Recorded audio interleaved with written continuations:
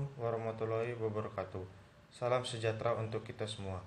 Perkenalkan, nama saya Rafael Glory Marcel Sebayang dari kelas A dengan nomor induk taruna 20293369. Program studi Diploma 4 Pertanahan dari Sekolah Tinggi Pertanahan Nasional Yogyakarta. Pada video kali ini, saya akan mempresentasikan buku yang berjudul Tanah Hutan Rakyat, Instrumen Kesejahteraan dan Konservasi di Desa Kalimendong, yang ditulis oleh Aristiano Nugroho, Tulus Subroto, dan Panjang Soeharto. Buku ini diterbitkan pertama kali dalam bahasa Indonesia oleh STPN Press pada bulan Oktober 2014, yang terdiri dari 226 halaman. Buku ini menarik untuk dibaca karena, pertama, buku ini menjelaskan situasi dan kondisi sosioekonomi dan sosioekologi yang berbasis pertanahan di Desa Kalimendong, yang merupakan ikon pelestarian fungsi tanah dan hutan rakyat tingkat nasional. Kedua, buku ini juga menjelaskan ikhtiar para kepala desa secara berkelanjutan dari tahun 1965 hingga saat ini dalam menata ulang mindset dan cultural set masyarakat agar sesuai dengan semangat kesejahteraan dalam frame konservasi tanah. Ketiga, buku ini menjelaskan kepada pembaca atau semua pihak tentang praktik harmonisasi aspek sosioekonomi dengan aspek sosioekologi yang mampu menyejahterakan masyarakat dalam frame konservasi tanah.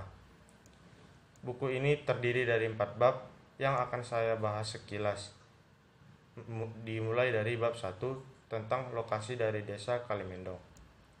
Desa Kalimendong terletak di Kecamatan Leksono, Kabupaten Wonosobo, Provinsi Jawa Tengah. Desa ini memiliki luas 432 hektar yang dibagi atas beberapa wilayah administratif. Desa Kalimendong berupa wilayah desa yang tanahnya subur dengan topografi bergelombang dan terjal. Bagi masyarakat, kondisi topografi Desa Kalimendong yang bergelombang dan terjal justru memberi peluang bagi mereka untuk melakukan tindakan kreatif yang memadukan peluang kesejahteraan dengan peluang konservasi.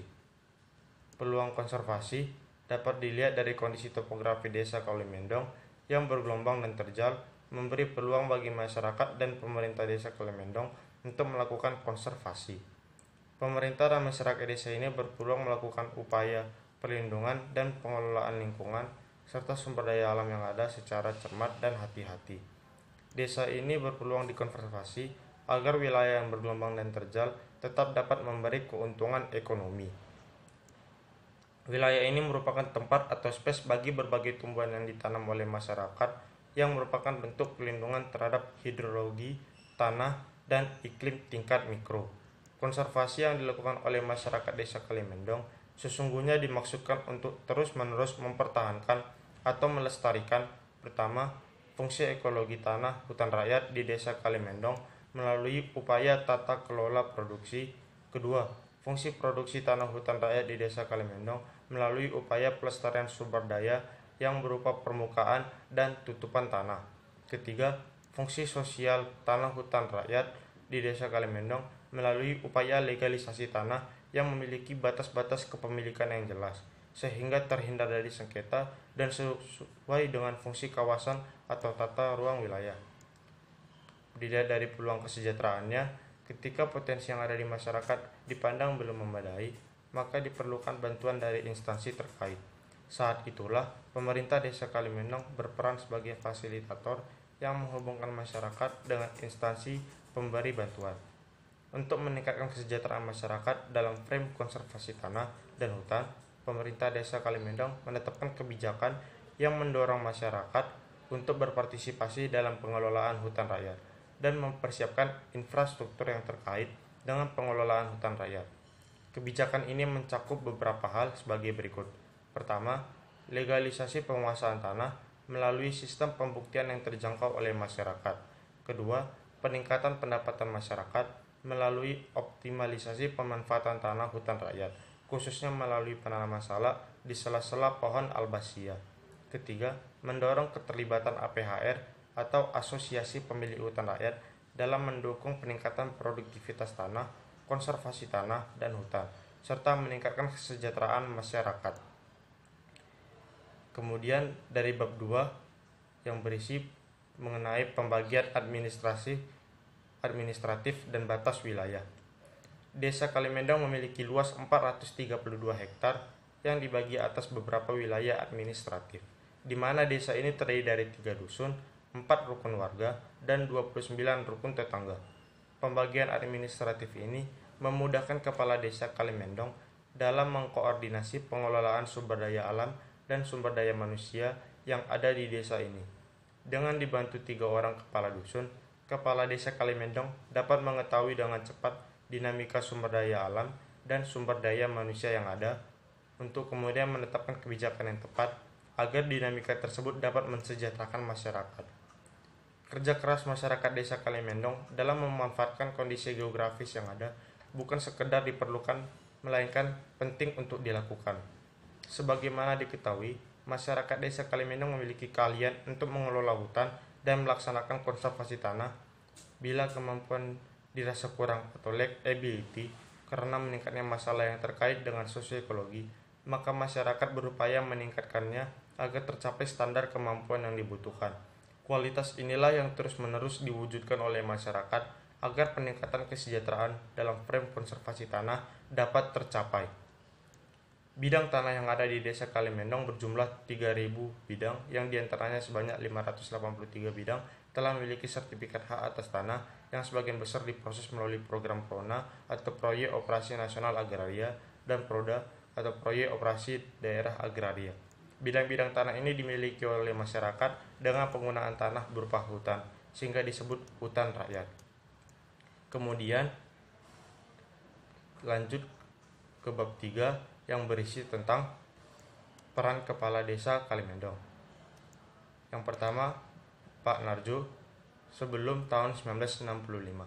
Sebagaimana di desa pulau-pulau Jawa pada masa itu, kondisi Desa Kalimendong juga tidak terlepas dari perseteruan ideologis, sehingga kesejahteraan masyarakat seringkali terabaikan.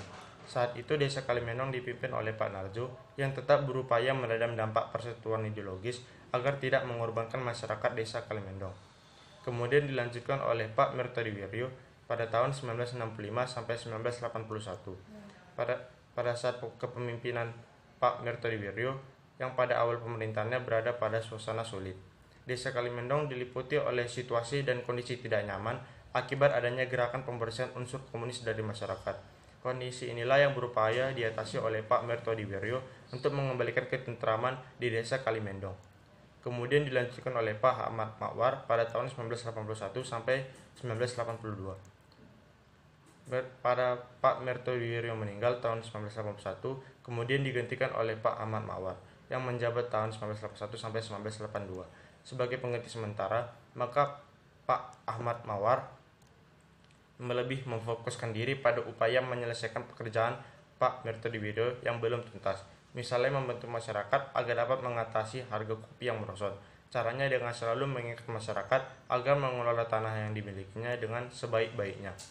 Kemudian setelah menjabat pada 1 tahun, Pak Ahmad Mawar digantikan oleh Pak Martosudiro pada tahun 1982 sampai 1983. Pada masa kepemimpinan Pak Martosudiro, inilah Desa Kalimendong mulai memperlihatkan dinamikanya. Misalnya ketika masyarakat Desa Kalimendong bergotong royong memperbaiki kantor Desa Kalimendong. Selain itu, Desa Kalimendong berhasil mendapatkan peringkat kedua dalam lomba desa tingkat Provinsi Jawa Tengah.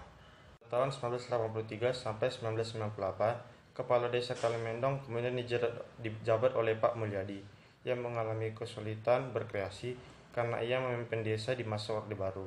Meskipun begitu, ada beberapa hal yang dilakukan oleh Pak Mulyadi sebagai kepala desa yang didorong oleh prinsipnya untuk mensejahterakan masyarakat. Keberhasilan Pak Mulyadi dalam menggandeng perum perhutani untuk mensejahterakan masyarakat Desa Kalimendong kemudian dilanjutkan oleh Pak Nisro, Kepala Desa Kalimendong tahun 1998 sampai 2013, dengan menggandeng perum perhutani untuk bekerjasama semakin erat.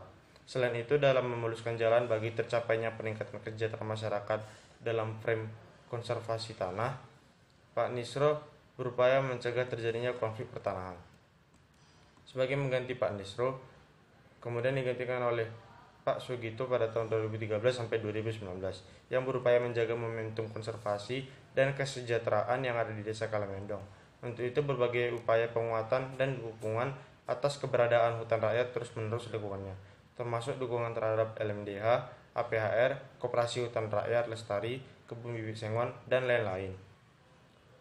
Kemudian dilanjutkan dengan bab 4 yang merupakan bab terakhir, berisi tentang program LMDH atau Lembaga Masyarakat Desa Hutan di Desa Kalimendong. LMDH merupakan wadah pembinaan dan pemberdayaan masyarakat, khususnya para petani hutan negara Desa Kalimendong. Semboyan yang dipegang oleh LMDH adalah membangun hutan lestari menuju desa mandiri. Sesuai dengan semboyannya, ada beberapa hal yang telah dilakukan oleh LMDH Rimba Mulia. Antara lain, pertama, penguatan kelembagaan.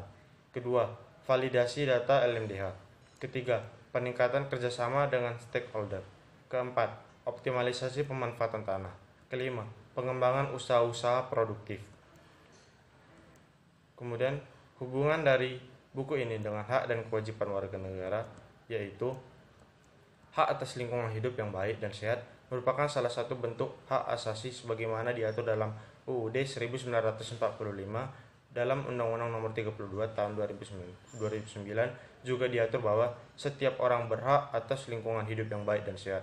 Pengaturan mengenai hak atas lingkungan hidup yang baik dan sehat juga dibagi dengan kewajiban masyarakat atas lingkungan hidup. Kewajiban warga negara. Yang pertama, hak warga negara ialah pantas mendapatkan atau memperoleh kesejahteraan di lingkungannya agar terciptanya juga kedamaian di lingkungan tersebut tanpa adanya konflik yang membuat kerugian-kerugian besar maupun kecil. Warga negara juga berhak mendapatkan atau memperoleh perlindungan dari tokoh masyarakatnya. Kemudian yang kedua, kewajiban warga negara ialah harus melakukan kelestarian hutan dengan menjaga dan menanam pohon kembali agar terjaga kelestarian di lingkungan atau daerah tersebut. Dan di buku ini juga dijelaskan bahwasanya pendidikan itu sangat penting bagi kita atau warga negara untuk mendapatkan kesejahteraan sosioekonomi dan sosioekologi. Yang bisa saya sampaikan, bila ada salah kata mohon dimaafkan. Wabillahi taufiq wal hidayah. Wassalamualaikum warahmatullahi wabarakatuh.